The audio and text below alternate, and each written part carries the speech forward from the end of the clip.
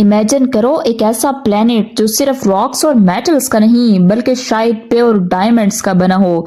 Yes, this is not just science fiction, this is the real exoplanet which is named as 55 Cancri E, जिसे scientist diamond planet भी कहते हैं। अगर girls की diamond से obsession real है तो 55 कैंक्री ई एक ड्रीम प्लेनेट होगा, लेकिन एक प्रॉब्लम है कि वहां का टिकट इम्पॉसिबल है। ये यूनिक प्लेनेट अर्थ से 40 लाइट ईयर्स की दूरी पर है। 40 लाइट ईयर्स की दूरी को महसूस करने के लिए एक एनालॉजी पेश करती हूँ। वो ये कि अगर आपकी कार लाइट की स्पीड से चल सकती है तो 1 सेकंड में अर्थ के गिर्द 7 चक्कर लगा सकते हो। अब सोचो अगर तुम लाइट की स्पीड से कंटिन्यूसली ड्राइव करो तो भी तुम्हें 55 कैंक्री ई तक पहुंचने में 40 साल लगेंगे। लेकिन अगर हमारी नॉर्मल दुनिया की फास्टेस्ट कार जो कि 490 किलोमीटर पर आवर से चलती है उस पे वहां जाना चाहें तो पूरे 8.5 मिलियन ईयर्स लगेंगे वहां तक पहुंचने में। ये प्लेनेट कैंसर कॉन्स्टेलेशन में मौजूद है।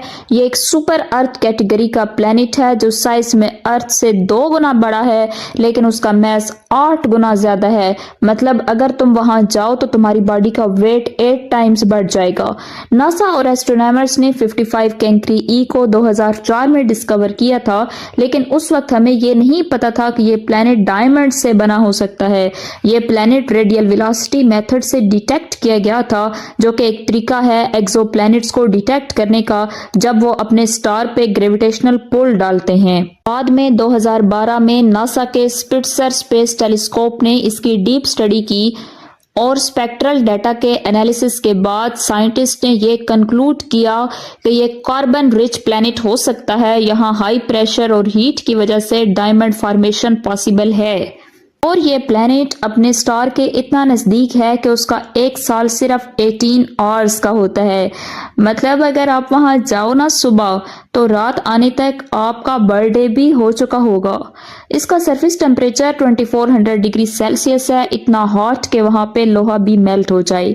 साइंटिस्ट को यकीन है कि वहां एक कार्बन रिच एटमॉस्फेयर है जो mostly carbon dioxide, carbon monoxide और मीथेन से बना है।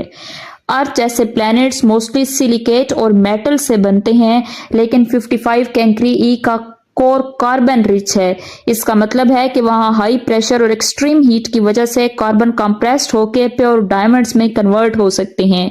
साइंटिस्ट का मानना है कि प्लैनेट का मेटल, ग्रेफाइट और डायमंड का मिक्स हो सकता है।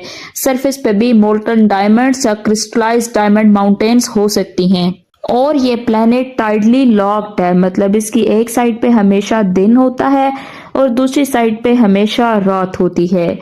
वैसे अगर हम 55 कैंक्री ई से डायमंड ला सकते ना तो अर्थ का हर बंदा बिलियनियर बन जाता, लेकिन रियलिटी में ये पॉसिबल नहीं है क्योंकि 40 ईयर्स लाइट ईयर्स की दूरी की वजह से अभी की टेक्नोलॉजी के जरिए से वहां पे जाना पॉसिबल नहीं है। कोई भी स्पेसक्राफ्ट वहां जाएगा तो वो उसके एक्सट्रीम हीट और ग्रेविटी की वजह से सरवाइव नहीं कर पाएगा। और हम वहां से अनलिमिटेड डायमंड्स ले आए तो फिर अर्थ पे डायमंड्स तो वर्थलेस हो जाएंगे ना। आपने कभी सोचा है कि हमारे यूनिवर्स में ऐसी चीजें भी हैं जो इतनी बड़ी हैं कि उनको समझना हमारे लिए इंतहाई मुश्किल है।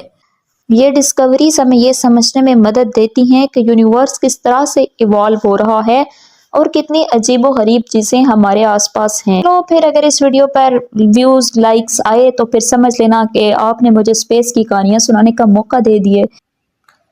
अगर अर्थ का कोर भी 55 कैंक्री ई जैसा होता तो क्या होता? तो हमारी ग्रेविटी और भी ज़्यादा स्ट्रांग होती, अर्थ ज़्यादा रिफ्लेक्टिव और शाइनी होती, एक्सट्रीम हीट और प्रेशर की वजह से लाइफ एग्जिस्ट ना करती। 55 कैंक्री ई एक प्लेनेट नहीं बल्कि एक कॉस्मिक मिस्ट्री है जो हमें स्पेस की अनयूजुअल केमिस्ट्री और एक्सट्रीम फिजिक्स के बारे में बताता है। क्या फ्यूचर में हम ऐसे प्लैनेट्स पर माइनिंग कर पाएंगे या फिर ये सिर्फ एक दूर का सपना ही रहेगा? क्या फ्यूचर में हम डायमंड प्लेनेट पे जाके अपनी पॉकेट भर सकेंगे? देखते हैं, मुझे नहीं लगता कि ऐसा पॉसिबल हो।